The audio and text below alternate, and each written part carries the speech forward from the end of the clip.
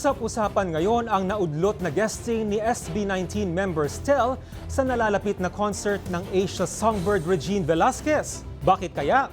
At former PBB Gen 11 housemates Fiang Smith at JM Ibarra bumida sa music video ng latest single ni Regine Velasquez. Ang balitang A to C Showbiz ni Lane Garcia. Collab no more? Hindi na matutuloy ang guesting ng SB19 member na si Stel Ahero sa Valentine Concert Series na Reset ng Asia Songbird Regine Velasquez Alcacid. Maraming na-excite na magiging collab sana sina Regine at Stel on stage sa isang gabi sa Samsung Performing Arts Theater sa Circuit Makati sa February 12, 14, 21 at 22.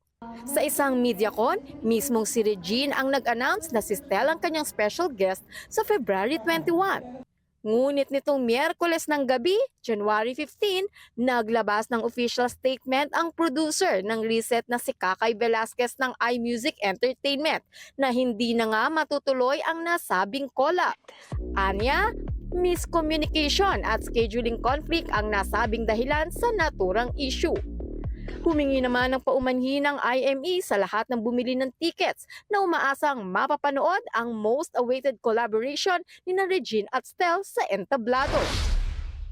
Samantala, thumbs up kay Ate Reg ang pagbida ng former PBB housemates Fiang Smith at JM Ibarra sa music video ng latest single niyang Wherever You Are na inirelease nito lamang Miyerkules, January 15. Mapapanood sa music video ang tila pagsagip ng isang mermaid sa isang binatang nalulunod sa karagatan.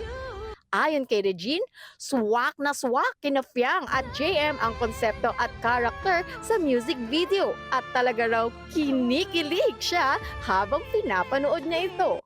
Umabot agad ng 1.9 million views ang nasabing music video sa YouTube. Ang Wherever You Are ay classic hit ng South Border at bahagi ng Reginified album ni Regine mula naman sa Star Music. Para sa balitang A to Z Showbiz, Lane Garcia. Kung kayo ay may kwentong kakaiba, ibahagi sa ating Facebook group na Balitang A to Z. Sundan ang ating social media pages, hanapin ang Balitang A to Z. Ang ating quote of the night ay mula sa veteranong aktor at direktor na si Jackie Chan. Sabi niya, minsan isang mabuting gawa lang ang kailangan para mabago ang buhay ng isang tao.